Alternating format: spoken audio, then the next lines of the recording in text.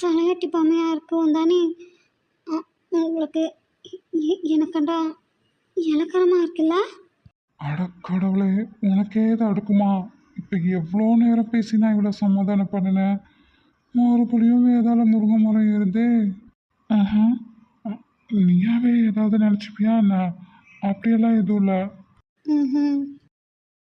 நேராயிட்டே இருக்கு. நீங்க வேற எங்கேயோ போகணும்னு சொன்னீங்க.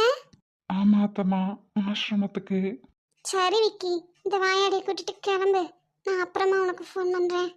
எதுக்கு எதுக்கு ஃபோன் பண்றேன்? அவ என்ன சமைச்சு கொடுத்தா? உன்னை நல்லா பாத்துக்கிறாளா? அதைத்தானே கேட்க போறேன். அதான் நீ எதையும் பண்ண மாட்டேன்னு எனக்கு தெரியுமே. தெரிஞ்ச சார் தான், வச்சுக்கோ போ. எப்படிதான் விக்கி இவளை வச்சு மேய்க்கிறியோ?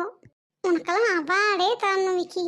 ஆ போதும், எங்கேயோ எரியுதாட்டுக்குது. நான் வரேன் விக்கி. சரிங்க அத்தம்மா.